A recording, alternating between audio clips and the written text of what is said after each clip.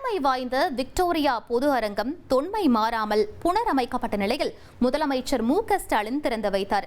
இது விரைவில் பொதுமக்களின் பார்வைக்கு திறக்கப்பட உள்ள நிலையில் வரலாற்று ஆய்வாளர் ஸ்ரீதரிடம் எமது தந்தி டிவி செய்தியாளர் ஆல்வின் நடத்திய நேர்காணலை தற்போது பார்க்கலாம். இதை புனரமைக்கிறதுக்கு எவ்வளவு சவாலை எதிர்பார்த்தீங்க? நான் அந்த அளவுக்கு இதோடைய ரெனோவேஷனில் நான் அந்த அளவுக்கு கட்டடவியல் இன்வால்மெண்ட் எனக்கு அவ்வளவா கிடையாது. வரலாறுல தான் என்னோட இன்வால்மெண்ட் இருந்தது. ஆனாலும் நான் பார்த்த பொழுது நானும் 20 வருஷமாக இந்த கட்டடத்துக்கு வந்துட்டு இருக்கேன்.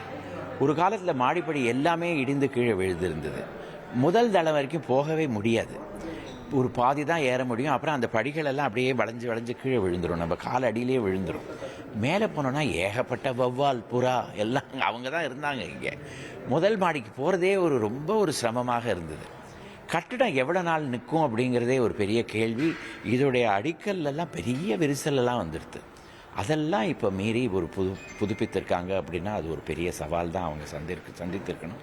பின்னாடி நீங்கள் பார்த்தீங்கன்னா நிலநடுக்கம் வந்ததுன்னா அதை தடுக்கிறதுக்காக ஸ்டீலில் ஃபுல் சப்போர்ட் கொடுத்துருக்காங்க.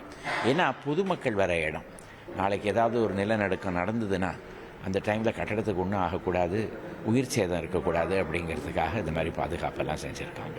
1,25,00,000 மனங்களை வென்ற தந்தி டிவி யூடியூப் சேனல். தவிர்க்க முடியாத தம்ப்நெயில்ஸ், கலக்கலான கான்டென்ட்ஸ். நீங்களும் இந்த குடும்பத்தில் இணைய இப்பவே சப்ஸ்கிரைப் பண்ணுங்க. அசுரபலம் கொண்ட எங்கள் டிஜிட்டல் கரங்களில் உங்கள் விளம்பரங்களை சேர்க்க வாட்ஸ்அப் பண்ணுங்க. 8939888378. Email advtthanditv@dttv.in.